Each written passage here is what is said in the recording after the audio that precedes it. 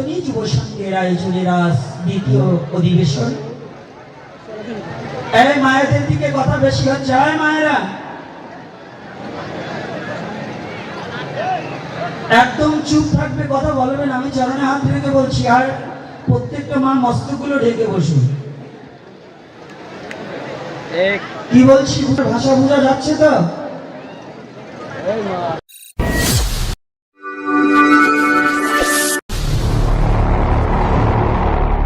কথা কম হবে, ব্যবহারে বংশের পরিচয়। যারা কথা বলবে বসবো, ওরা স্বামীরে পিটায়।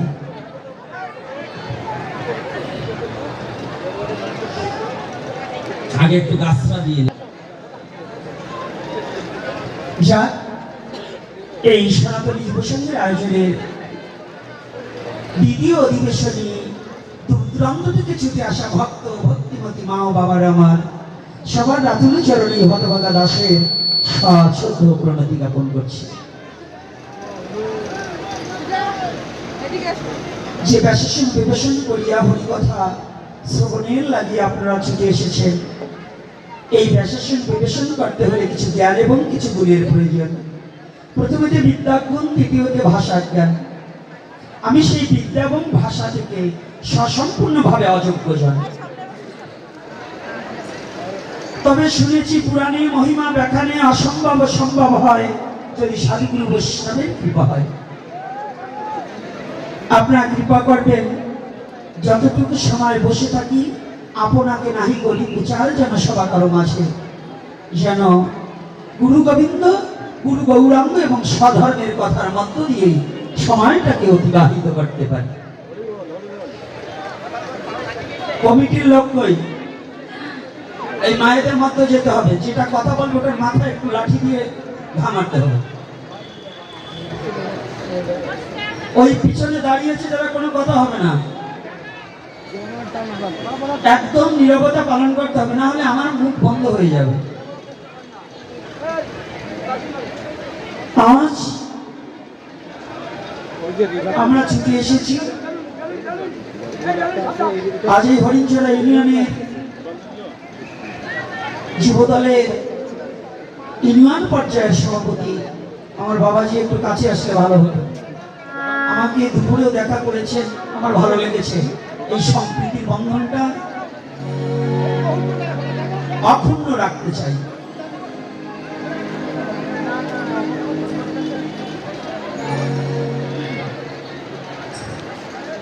আজকে ছাড়বো না, আজকে ওখানে চা খাবার যেতে দেবো না, আজকে বাবাকে কাছেই রাখবো। কালকে আমাকে ফাঁকি দিয়েছে, একটু আলোচনা করে বাবা দূরে সরে গেছে।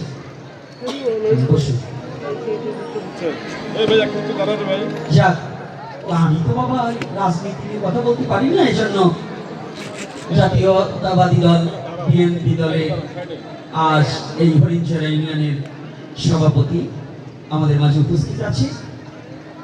আরো এসেছিলেন আমাদের এই ডিমলা থানাতে, তাই না? হ্যাঁ, আর আসছিল যে বাবারা কুমার থেকে, আমি তো আর পরিচিত নই। বাবারা হয়তো তোমরা আপনাদের পরিচয়, তাদের পরিচয় দিয়ে চলে দিয়েছেন। এবং আজকের এই সনাতনী যুব সমাজের উদ্যোগে যে আয়োজন হয়েছে, সে সভাপতি এবং সহসভাপতি সহ এবং এই দূরান্ত থেকে আগত ভক্তবৃন্দের আবারও আমি সবার রাতুল চরণে দণ্ডবোধ জানাই। নীরবতা পালন করবে, তাহলে কিছু কথা হবে। আজকে আমরা মহামিলন মেলায় উপস্থিত হয়েছি।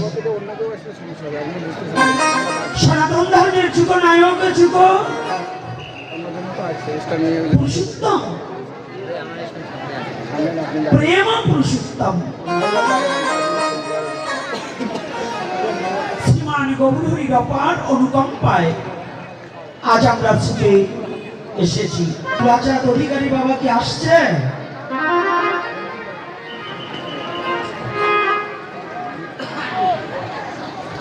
আজ আমরা ছুটে এসেছি হরিকথা আস্বাদনের জন্য। হরিকথা শ্রবণ করলে কি হয়? ধর্ম কেন প্রয়োজন মানুষের, আগে জানতে হবে ধর্ম কি।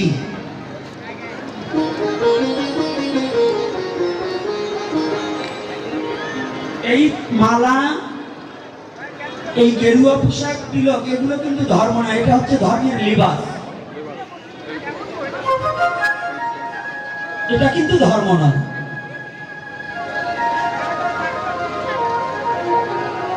যদি এই পোশাকই ধর্ম হয়ে যেত, তাহলে এই পোশাকটা যারা তৈরি করছে তাদেরই ভগবান হয়ে যেত। ভাই একটু তাহলে ধর্মটা কি? একটু ছাড়ে দেন একটু। ধর্মে সবাই বাঁচে পারে, সম্প্রদায়টা ধর্ম নয়। ধর্মে আপনাকে বাঁচতে শিখাবে এবং বাড়তে শিখাবে। অনুপাতে 4টি যুগের ব্যবস্থা ছিল, সত্য, তিতা, দাপর, কলি। জানি এই 4 যুগের মধ্যে শ্রেষ্ঠ যুগ কলির যুগ।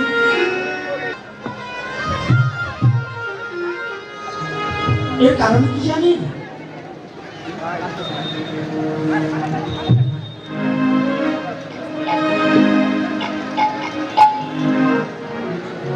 সত্যযুগ উপেক্ষা ও কলিযুগ শ্রেষ্ঠ, এর একটা বিশেষত কারণ আছে। যারা ভলান্টিয়ার তারাই আরো কথা বলে বেশি। চিৎকার করা যাবে না, ব্যবহারে বংশের পরিচয়। যারা চিৎকার করবেন বোঝা যাবে কিন্তু তাদের। এই সাইডটায় এত পুরুষ, কোনো চিৎকার হচ্ছে না, এই সাইডটায় কথা বেশি হচ্ছে। আমি আমার বাবাকেও ছাড় দিয়ে কথা বলে যাব না। আসছেন 2 ঘন্টার জন্য, যদি আপনাদের সংসারী কথা বলেন তাহলে এখানে আসছেন কেন? বাড়িতে ঘুমান। আপনার কথার জন্য অন্যজনকে ডিস্টার্ব করে কোনো লাভ নেই, নাকি বাবা?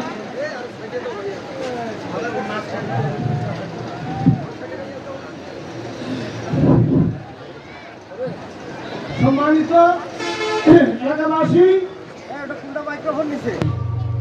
হরিকথা শ্রবণ করলে কি হয়? আমাদের একজন পদকর্তা একটা পদ যোজন করলে, ওরে কৃষ্ণ কথা বড় মধুর কথা, শুনিলে যায় জীবের সকল ব্যথা।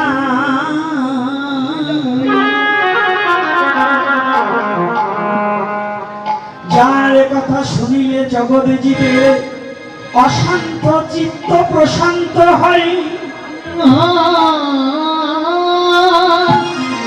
যাহার কথা শ্রবণে করিলে জগৎ জীবের হৃদয়ের সমস্ত দুঃখ দূরে যায়।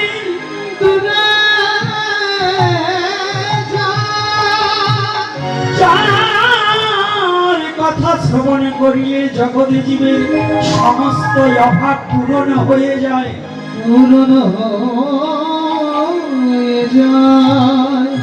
সেই পরম পিতা পরমেশ্বর ভগবান শ্রীকৃষ্ণ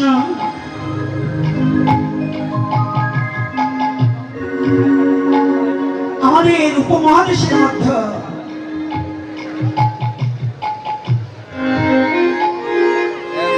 স্বামীজি বিবেকানন্দের পরে যিনি চিকাগো শহরে বিশ্ব ধর্মীয় সভায় অংশগ্রহণকারী পুরুষ হিসাবে যিনি ছিলেন এই উপমহাদেশের মধ্যে বৈষ্ণব মুকুটমণি মহাপধ্যায় ভগবত গঙ্গোত্তরী ডক্টর মহানামব্রত ব্রহ্মচারী। সে কোন মতের কোন পথের এটা আমার দেখার প্রয়োজন নয়, যার যে গুণ আছে সে গুণের কথাটা ব্যক্ত করতে হবে। এই ডক্টর মহানামব্রত ব্রহ্মচারীজি 3টি বার্তা দিলেন ভাগবতে। আজকে আমার সনাতনী যুব সমাজ ভালো করে জেনে নিতে হবে। আজকে আমাকে অনেক যুবকরা ফোন করে এবং এই কমিটি যুবকেরা বলেছিলেন, বাবা আজকে এমন বিষয়ে কিছু কথা বলতে হবে যেটা আমাদের মধ্য দিয়ে এমন কিছু বিবেক আত্মচেতনা উপলব্ধি হোক, আমরা যেখানে আছি আমরা সেখানে থেকে যেন আমার স্বধর্মকে ভালোবাসার সেই উদ্দীপনা জাগ্রত হয়।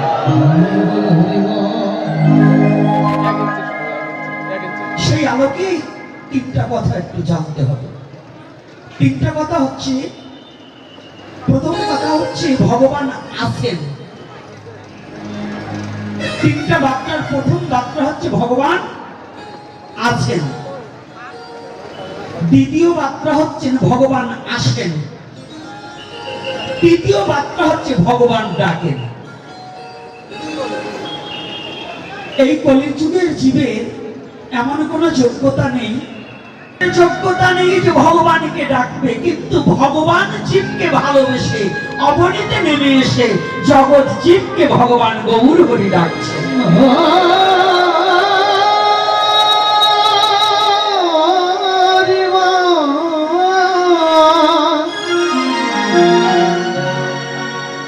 আজকে যেহেতু বাবারা আছেন, বাবা আমাকে আরেকটা কথা বললেন যে আমাদের এখানে অনেক মুসলমান এসেছে, এজন্য আবার হিন্দু বাবারা রাগ হবেন না। আমি আজকে দুটো পার্টেই দুটো কথা বলবো, এবার রাগ হবেন না। কারণ অনেক সময় এখন রাজনৈতিক প্রেক্ষাপটে আমার মুখ একটু বন্ধ করে দিয়েছি। কারণ কি জানেন, কোন কথা বলতে কোন কথাকে বিপদ টেনে আনবো, এজন্য আমার ধর্ম ছাড়া কোনো ধরনের কথা বলি না। কথাটা বুঝতে পারছেন? ভগবান আছেন, ভগবান আসেন, ভগবান ডাকেন। এই কলির যুগের জন্য ভগবান ডাকছে। কলির যুগের জীবের ভগবানকে ডাকার মতো কোনো যোগ্যতা নেই। ইসলাম ধর্মে তিনে নবী মুহাম্মদ সাল্লাল্লাহু আলাইহি সাল্লামের আগে অনেক নবী পয়গম্বর এসেছে, কিন্তু মুহাম্মদ হচ্ছে আল্লাহর এমন একজন মনোনীত নবী যার মধ্য দিয়ে কোরআন বিশ্ব জগতে প্রকাশ পেয়েছে। আর আমার সনাতন ধর্মে যতই অবতার পুরুষ এসেছে তার মধ্যে শ্রেষ্ঠ অবতার হচ্ছে আমার গৌর হরি গৌরাঙ্গ অবতার। ইসলামে বললেন নবী না মানে যারা মুশায়েত কাফেরও তারা এই দুনিয়ায়। অর্থাৎ মুসলমানের ঘরে জন্মগ্রহণ করে যেজন তিনের নবী মুহাম্মদ সাল্লাল্লাহু আলাইহি সাল্লামকে মানে না, ও মুশাহেদ কাফের। আর নবীর যে গুণ ছিল সেই গুণের কিছু অংশ যদি মুসলমানের মধ্যে না থাকে, ও দাড়ি টুপি যাই রাখুক উনি মুসলমান হতে পারে না। নাকি বাবা মিথ্যা বলছি? দয়াল নবীর ছিল দয়াল নবী বলা হয়েছে, আর আমার দয়াল ঠাকুর বলা হয়েছে। তাহলে আমরা সনাতনী আমার দয়াল ঠাকুর, প্রেমের ঠাকুর হচ্ছেন শ্রীমান গৌর হরি। এই কলির যুগে সনাতন ধর্মে জন্মগ্রহণ করে গৌরকে যারা মানে না, গৌরকে যারা ভালোবাসতে চায় না, সবাই যে ভালোবাসবে আজ না হোক কাল, কিন্তু গৌরকে যারা সচেতন ব্যক্তি হয়েও যারা গৌরকে মানে না, জানবে তাদের জন্মে ত্রুটি আছে।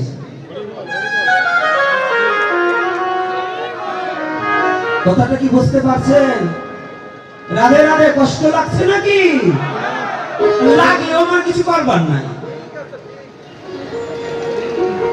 এই কলির পাবন অবতারী গৌর হরিকে যদি সনাতন ধর্মে জন্মগ্রহণ করে যে অস্বীকার করবে, জানিয়ে রাখবে জগতের পিতা কৃষ্ণ তাহে জেনা ভজে বাপ, পিতৃদহি পাতকী হয় জন্মে জন্মে পাপ।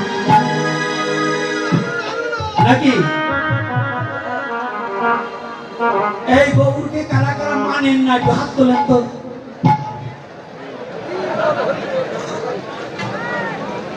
জয়নিতাই গৌর হরি বলে একজনও গৌরকে না মানার কেউ নাই, তাই তো? ধন্যবাদ, আপনাদের রাতুল চরণে আবারও দণ্ডবোধ করছি আমার গৌরকে চেনার জন্য, গৌরকে জানার জন্য, গৌরকে ভালোবাসার জন্য। তাহলে ভগবান আছেন। সনাতন ধর্মে যারা আজও ক্ষুদ্র ভক্ত, মানে ক্ষুদ্র ভক্ত জানেন, অবিবেকী ভক্ত, যারা একটু কষ্ট করে বলে ভগবান ভগবান কিছু নেই, আছে কিনা? আছে কিনা? এই ভক্তদের বলছি, বাবা তোমার জ্ঞান এতটুকু, তুমি ভগবান আছে কিনা জানবে কি করে গো? ভগবান আছেন, ভগবান আসেন। আমার সনাতন ধর্মে মোতাবেকে জন্মান্তরবাদ আছে, আর ভগবান নিজে বলছে যখন যখন ধর্মের গ্লানি হবে, অধর্মের সংখ্যা বেড়ে যাবে, তখন আমি নিজেই অবতীর্ণ হয়ে আমার ভক্তকে রক্ষা করব।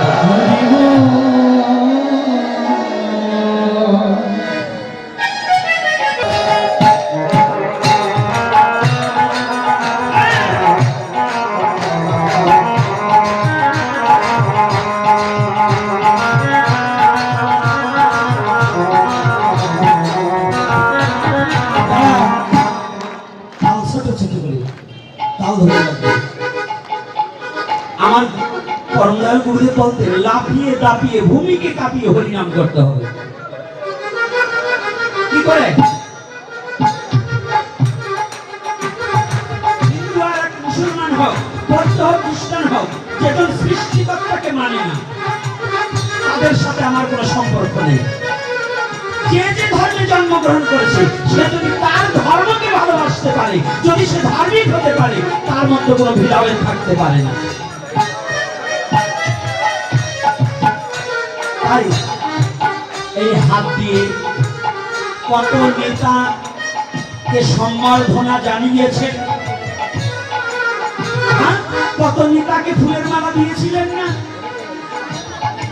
আজকে বিপদ থেকে নেতারা পালিয়েছে, আপনারা পালাতে পারছেন? বাংলাদেশে কত নেতা পালিয়েছে, আপনাদের কি নিয়ে গেছে? খোঁজ নিয়েছে? খোঁজ যদি না নেয়, আপনার খোঁজ রেখেছে ঈশ্বর। ঈশ্বর কি আপনাকে রেখে পালিয়ে গেছে? তাহলে আমরা কার জন্য কর্ম করব? ঈশ্বরের জন্য। তাহলে নেতাদেরকে ভালোবাসবো। কোন নেতাকে? যে ধর্ম প্রাণ হবে এবং মানুষের সেবায় নিজেকে নিয়োজিত করবে, আমরা তাকে ভালোবাসবো। আর ঈশ্বরের জন্য প্রাণ উজাড় করে হরিনাম করব।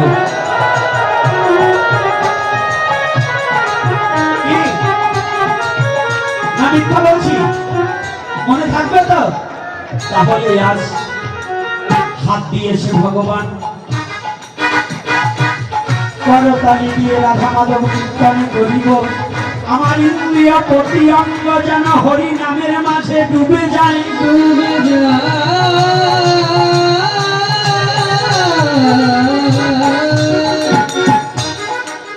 আমার শরীর উদাস ইন্দ্রিয় যেন কৃষ্ণ সেবা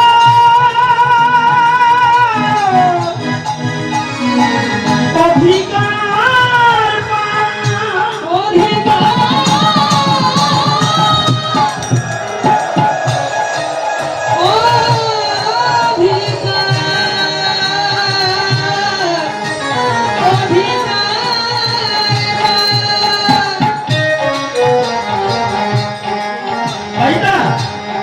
তাহলে সবাই একটু রাধা কি? হ্যাঁ,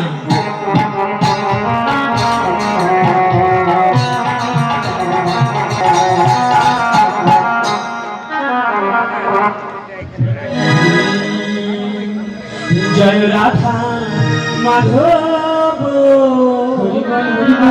জয় কুঞ্জ বিহারী, জয় রাধা মাধব রাধে কুঞ্জ বিহারী, জয় গোপী জনবল্লভ জয় গিরিবরধারী,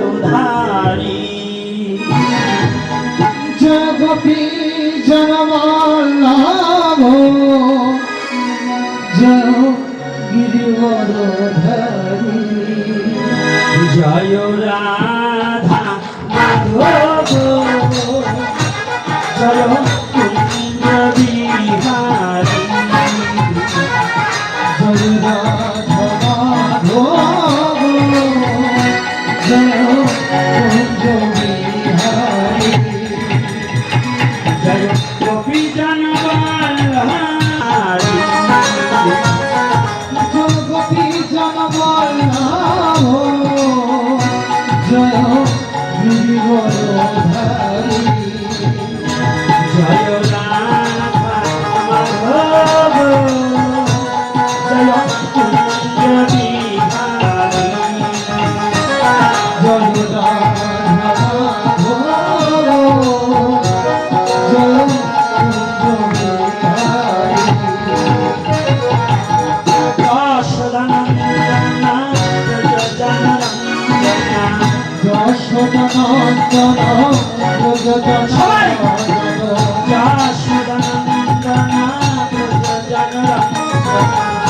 যশোদানন্দন ব্রজ জনরঞ্জন যমুনা তীরা বনচারী যমুনা তীর বনচারী হে যমুনা তীরা বনচারী যমুনা তীর বনচারী জয় কুঞ্জ বিহারী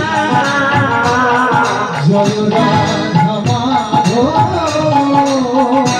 জয় কুঞ্জ বিহারী জয় রাধা মাধব জয় কুঞ্জ বিহারী।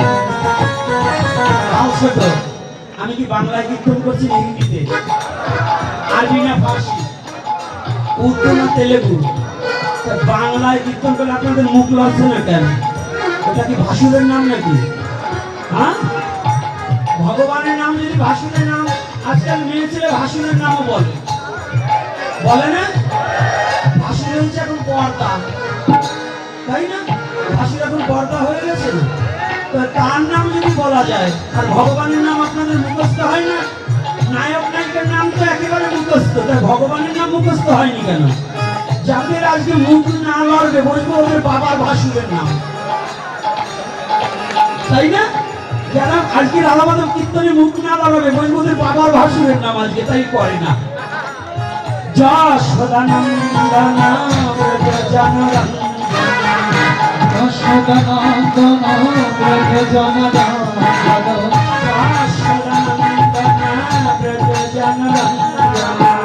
যশোদানন্দন ব্রজ জনরঞ্জন যমুনা তীরা বনচারী যমুনা তীর বনচারী হে যমুনা তীরা বনচারী যমুনা তীর বনচারী জয় কুঞ্জ বিহারী জয় রাধা মাধব জয় কুঞ্জ বিহারী জয় রাধা মাধব জয় কুঞ্জ বিহারী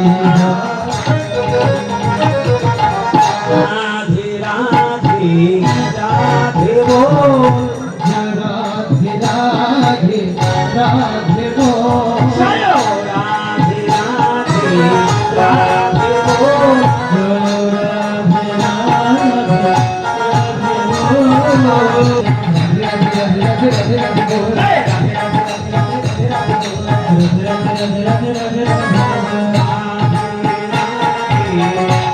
রাধে বল রাধে বল দুটি বাহু তুলে সবাই রাধে বল তুমি সবাই রাধে বল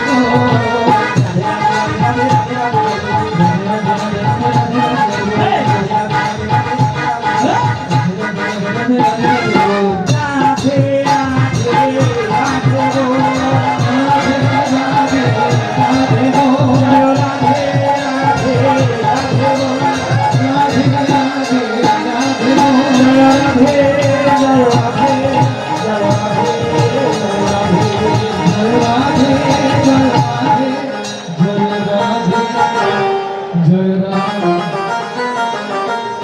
परम पुरुष परमेश्वर भगवान श्री कृष्ण की प्रेममयी श्रीमती राधा रानी की प्रेमेर ठाकुर भगवान गौर हरि की आज के हरि कथा की आज के आगत भक्तवृंद की सनातन धर्म की जय निताय गौर हरि।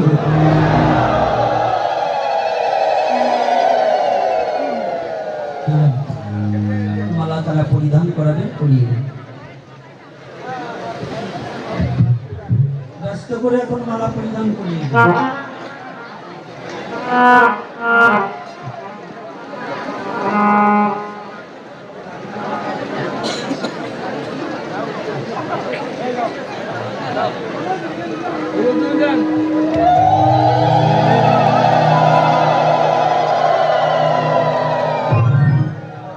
जय श्री राधे।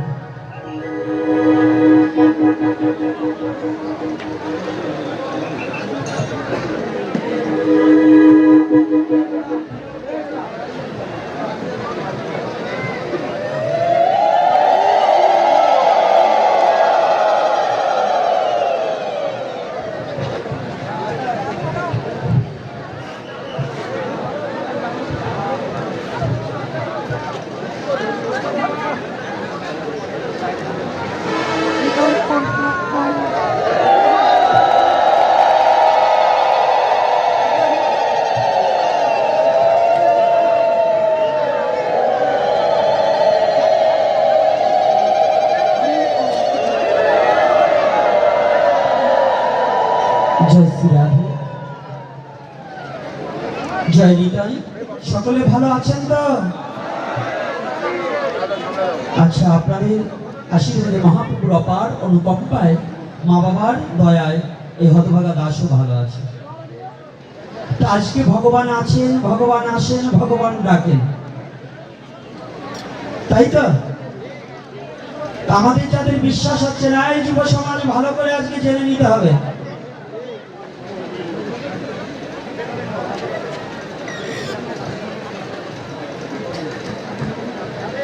আমাদের ভালো করে কথাগুলো আজকে একটু জেনে নিতে হবে। আগে জানবো পরে মানবো, আগে জানবো পরে মানবো। যদি না জানা তাকে মানতে পারবো?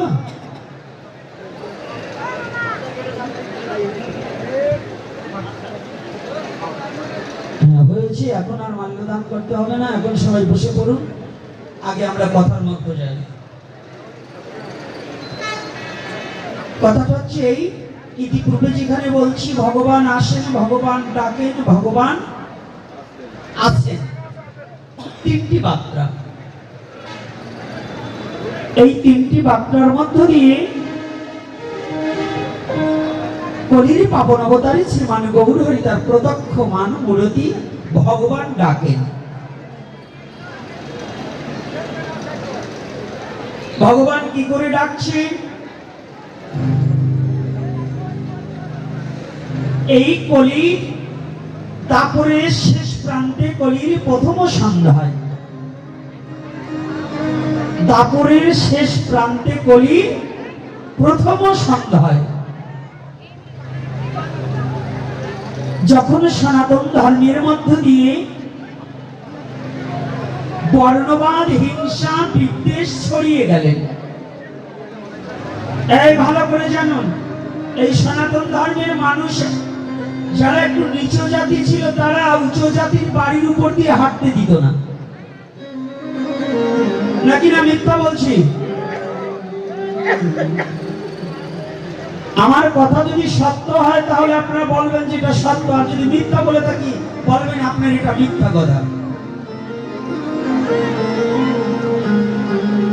যখন মানুষে মানুষে ভেদাভেদ সৃষ্টি হলো, আজকে অনেকে ভাবতে পারেন এই প্রশাসনের উপরে একজন মুসলমান ভক্ত আসলেন কেন? আরে আপনি আমি এই এটা বলার কে?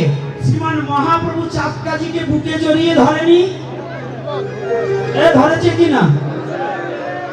আমি এমন একটা ধর্মে জন্মগ্রহণ করেছি, মুসলমানই কেন, যে বেবিচারী, যে কোনো ধর্ম মানে না, যদি কোনো নাস্তিক আমাকে ধরে, আমাকে অপবিত্র করার মতো যোগ্যতা কারণে,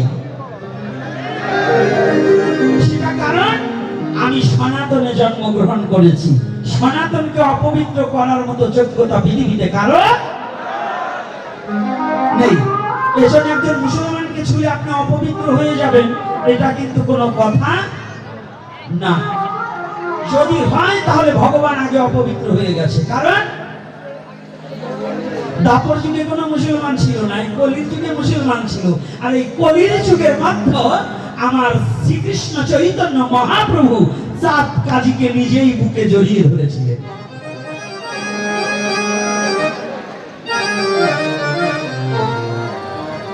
ধরেছে কিনা?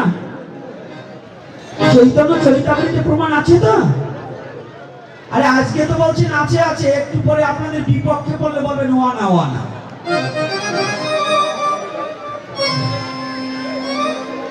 না, ওই বসাইছে দিব।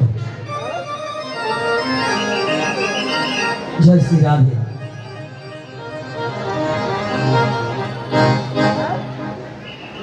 তাহলে শ্রীকৃষ্ণ চৈতন্য মহাপ্রভুর আবির্ভাব যখন, এই যে আপনারা যারা অন্যান্য নিম্ন জাতি আছে তারা কিন্তু এখানে চিঠি পড়তেও জানতো না,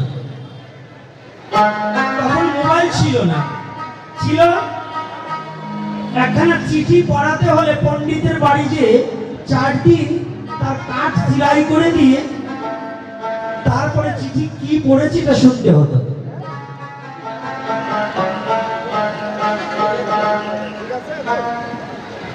যদি কোনো নিচু জাতি কোনো উঁচু জাতির বাড়ির উপর দিয়ে যেত, তাহলে তাকে বিচার করা হতো। নবদ্বীপে এত বড় সমাজ ব্যবস্থা ছিল যে সমাজ ব্যবস্থায় এখনো আমাদের কিছু কিছু পণ্ডিতরা খাটাতে চায়। কিছু কিছু মূর্খ পণ্ডিতের দল সেই সমাজ ব্যবস্থা এখনো চালাতে চায়। কষ্ট পাবেন না, আমি আবারও বলছি, বৈষ্ণবকে, শুদ্ধ বৈষ্ণবকে আমি প্রণাম করি, শুদ্ধ ব্রাহ্মণকে আমি প্রণাম করি। ব্রাহ্মণকে আমি মানবো, আমার বাবা মানবে, আমার 14 গোষ্ঠী মানবে, কিন্তু বামনকে আমি মানি না।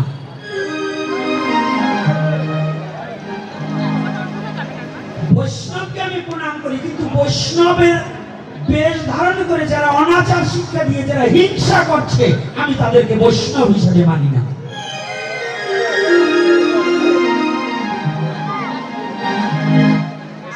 কথাগুলো ভালো করে, কিন্তু আমার কথাগুলো একটু হৃদয়ে দিয়ে অনুভূতির জগতে নিতে হবে। যদি কোনো ব্রাহ্মণ থাকেন, আমি তাকে দণ্ডবোধ করছি, কিন্তু আপনার আচরণ যদি ভালো না থাকে, আপনাকে আমি মেনে নিতে পারছি না। প্রকৃত একজন ব্রাহ্মণের কোন বৈষ্ণবের চেয়ে কোনো অংশে কম নয়। প্রকৃত একজন ব্রাহ্মণ, তিনার কোনো হিংসা থাকে না, দেশ থাকে না, পরনিন্দা থাকে না, কারো প্রতি কোনো অবিচার থাকবে না, সবাইকে ভালোবাসা দিয়ে বিশ্ব জগতে ব্রহ্ম তত্ত্বকে জানাইবার সিদ্ধান্তবাদ করবেন যদি প্রকৃত ব্রাহ্মণ হন, একজন বৈষ্ণব তত্ত্ব। বাবা সামনের দিকে, তোমরা একটু ওদিকে যাও। এই বাবা, যারা টাকা তুলছো তোমরা একটু ভিতরে যাও। সামনে যদি লড়াচড়া করো তাহলে আলোচনা হারিয়ে যাবে, আগে পাশ দিয়ে করো।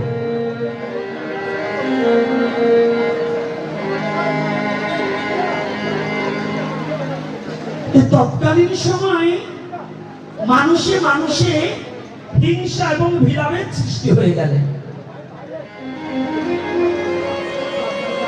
এমনকি নিচ জাতিকে কোনো মন্দিরে পর্যন্ত ঢুকতে দেওয়া হয় না। নিচ জাতিকে ভগবানের সেবা করতে দেওয়া হয়নি। কোন দেবতার মন্দিরে পর্যন্ত কোন নিচ জাতিকে ঢুকতে দেওয়া হয়নি। এই ইতিহাস জানেন কিনা?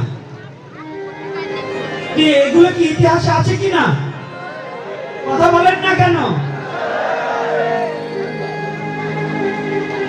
ঠিক তখনই ভগবান পৃথিবীতে সব সইতে পারে, কিন্তু যখন তার ভক্তজনকে নিন্দা করে, তার ভক্তকে যখন কেউ কষ্ট দেয়, ভগবান ভক্তের কষ্ট মেনে নিতে পারে না।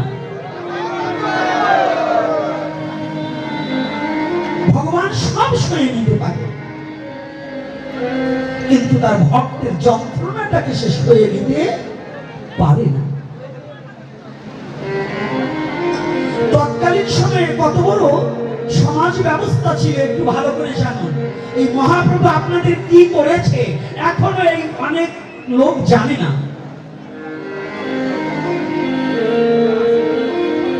একটা কথা আজকে জানিয়ে দিতে চাই আপনাদের এই হংসরাজ গ্রামে এসে, যে মহাপ্রভুর কত বড় করুণা আপনাদেরকে। আজকে যারা এখানে সবাই সম্মিলিত অবস্থায় হরিকথা শ্রবণ করতে এসেছেন, যদি মহাপ্রভু না হতো, আজকে ব্রাহ্মণের আসন আলাদা, কায়স্থর আসন আলাদা, ক্ষত্রিয়র আসন আলাদা, কেউ ওই এক জায়গায় বসার সুযোগ পেতেন না।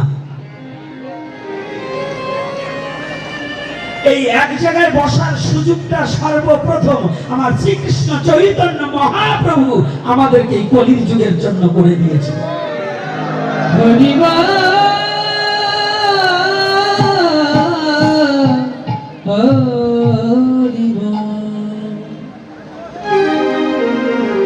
যখন বর্ণবাদের অত্যাচারে দলে দলে মানুষ ধর্মান্তরিত হতে লাগলেন, দলে দলে ধর্মান্তরিত হয়ে গেছে,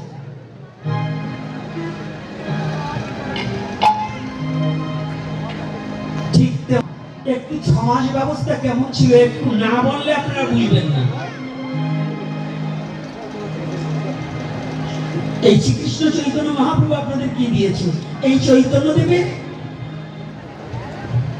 আমলে একজন ভক্তকে ধর্মচ্যুত করার জন্য যেমন আমাদের বাংলাদেশে অনেক জায়গায় ছোট ছোট ছেলে মেয়েদেরকে কিছু অহিন্দুরা, সবাই নয়, কিছু অহিন্দুরা সনাতন ধর্মের নিন্দামন্দ বলে তাদের ধর্মান্তরিত করার চেষ্টা করে। কি করে কিনা? ওই মূর্তির মধ্যে কিছু নেই, ওইটার মধ্যে কিছু নেই, তোরা যা করছিস ওই ধর্মে কিছু নেই। আমি বলছি যারা এই ধরনের টিপস দেয় ও নিজেই ওর ধর্ম জানে না। কারণ সবাই যদি বলে মূর্তির মধ্যে কিছু নেই, আমি আজকে যুক্তি দিচ্ছি, আমার যুক্তিটাকে যদি কোনো ব্যক্তি পারেন খণ্ডন করুন। লেখা থাকে, ইসলাম ধর্মের লোক লেখা থাকে আল্লাহ সর্বশক্তিমান, গাড়িতে লেখা আছে না? হিন্দুরা তার বাড়িতে লেখে ঈশ্বর সর্বশক্তিমান। তো ঈশ্বর কিংবা আল্লাহ যদি মূর্তির মধ্যে না ঢুকতে পারে তাহলে ওই জায়গা তো সর্বশক্তিমান হয় না, ওই ক্ষমতা তার নাই। আপনি যদি ঈশ্বরকে বলেন সর্বশক্তিমান, তাহলে ঈশ্বর অনলের মধ্যে থাকতে পারে, অনিলের মধ্যে থাকতে পারে, বাঁশের মধ্যে থাকতে পারে, গাছের মধ্যে থাকতে পারে, মাছের মধ্যে থাকতে পারে, মূর্তির মধ্যে থাকতে পারে, পাথরের মধ্যে থাকতে পারে। এই বিশ্বাস যার নেই সে তো কোনো ধর্ম ধার্মিক ব্যক্তি হয় না।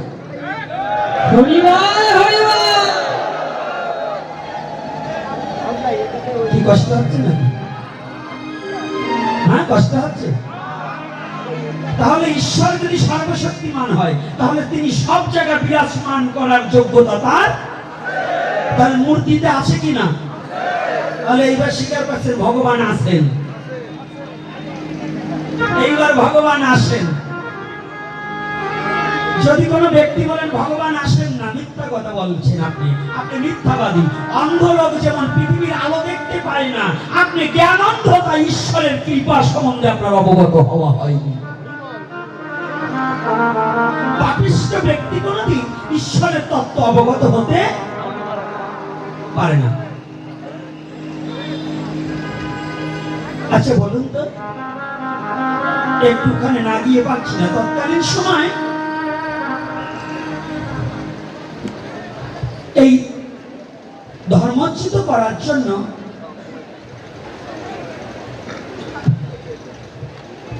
সুবুদ্ধি রায়কে জোর করে হুক্কার জল খাইয়ে দিলেন। এখন তো সিগারেট খাচ্ছেন, তখন কিন্তু সিগারেট ছিল না, তখন হুক্কা খেত। হুক্কা চিনেন তো? হ্যাঁ, নারকেলের ওই ফুলটা দিয়ে তৈরি করে, তাই না? তো ওটা খেত। তাই ওটার মধ্যে আবার ক্লাসিক্যাল ভিশন ছিল। যদি কোনো জমিদারের বাড়ি হুক্কা সাজানো থাকতো, এটা মুসলমানের জন্য, এইটা নমদের জন্য, এইটা ওই ক্ষত্রিয়দের জন্য, এইটা ওই বৈশ্যদের জন্য, আর এইটা ব্রাহ্মণদের জন্য। ব্রাহ্মণ ছাড়া ব্রাহ্মণের হুক্কা আর কেউ ছুতে পারত না। তৎকালীন সময় কথা বলছি, যারা জমিদারি প্রথাকে মানত, জমিদাররা ভিন্ন, ওই হুক্কাকে আর কেউ ছুতে পারত না। এই সুবুদ্ধি রায়কে